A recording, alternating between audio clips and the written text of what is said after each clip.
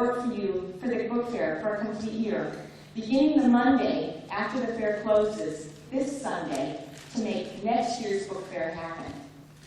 Let's start with Alina Interion, Executive Director of the fair for I don't know how many years, and now Executive Director of the Florida Center for the Literary Arts.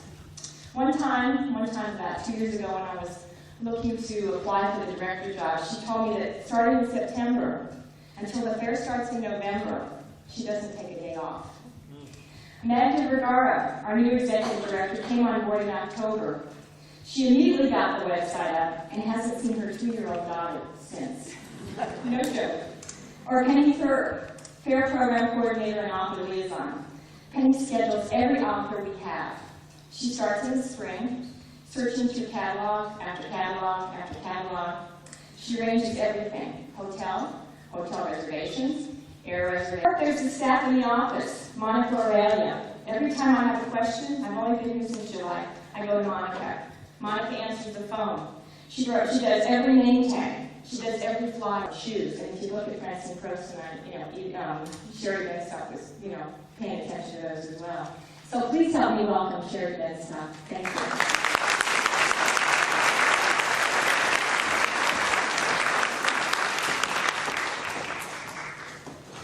Realize I wore the wrong pair of shoes tonight, but you'll forgive me. It is a real pleasure for me to introduce Francine Prose, one of my very favorite authors, and by the size of the group tonight, I see that she is one of yours too. She is widely known for her nonfiction and also for her novels such as Bigfoot Dreams and Household Saints. Tonight, however, she will talk about her most recent study of the role of the artistic muse, a group of 9 women and girls who inspire male artists. These insights into biography, because this is basically what this book is, a series of biographies.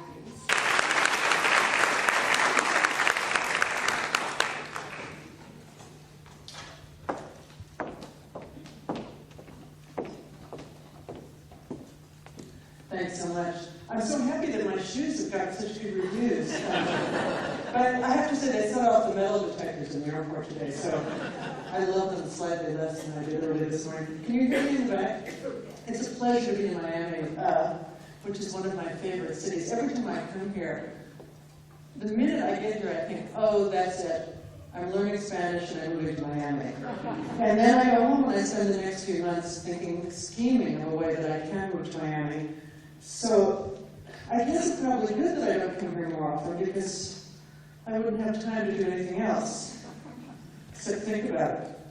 I'm just going to talk for about 15 minutes about how The Lives of Muses came to be written, how I wrote the book, and then I'll read for about another 10 or 15 minutes and then answer questions. I had no idea of that. When I got the letter, I actually could not understand what it said, and I gave it to my son, one of my sons, and I said, what is this? And he said, I think they're going to give you a bunch of money for being in the library.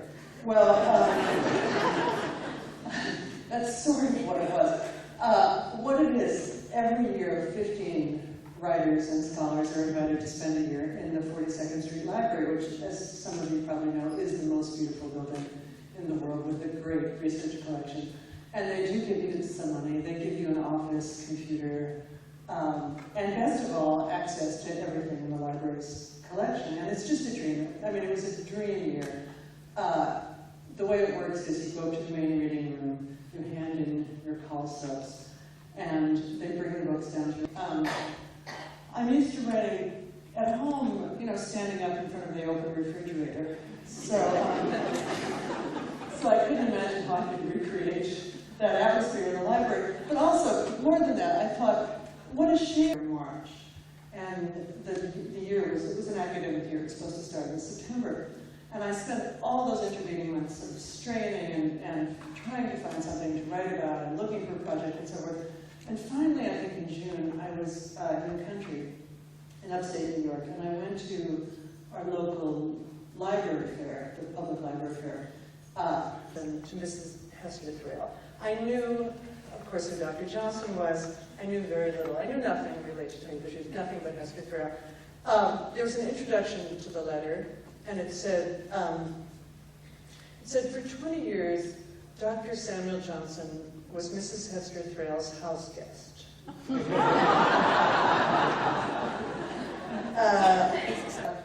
Well, all of that, as you'll see, except for the platonic part, was true. Hester Thrale was this kind of brilliant,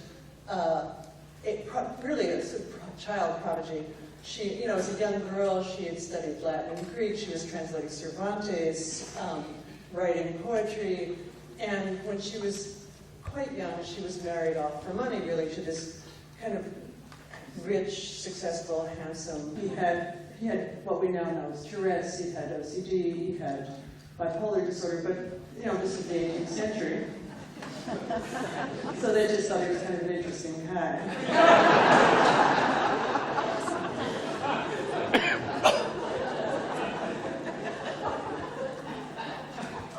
And he did, and the Thrales kind of rescued him from one of his more depressive moments and invited him to stay, and he did stay for 20 years. At the end of those 20 years, Mr. Thrale died of apparently, or supposedly, of apoplexy brought on by overeating. And Hester decided to remarry. She remarried, and she married her daughter's singing instructor, the handsome Italian, Dr. Your folly do no further mischief. If the last act is yet to do, I, who have loved you, esteemed you, reverenced you, and served you, I, who long thought you the first of humankind, in truth, how I came up with the list. So I'll read you the list, which my publishers thoughtfully put on the back. So I don't have to look. Hester Thrale and Samuel Johnson, then Alice Little and Lewis Carroll. Actually, I'll read you the very beginning of the book is I'll read you just a few paragraphs. University, for having been Alice in Wonderland. Her doctorate amused him, possibly the only one in academic history, was conferred on the elegant, faintly imperious, and still rather pretty old woman to honor the 100th anniversary of the birth of Lewis Carroll. Some things aren't changed. Who remains standing as the interim president summarized her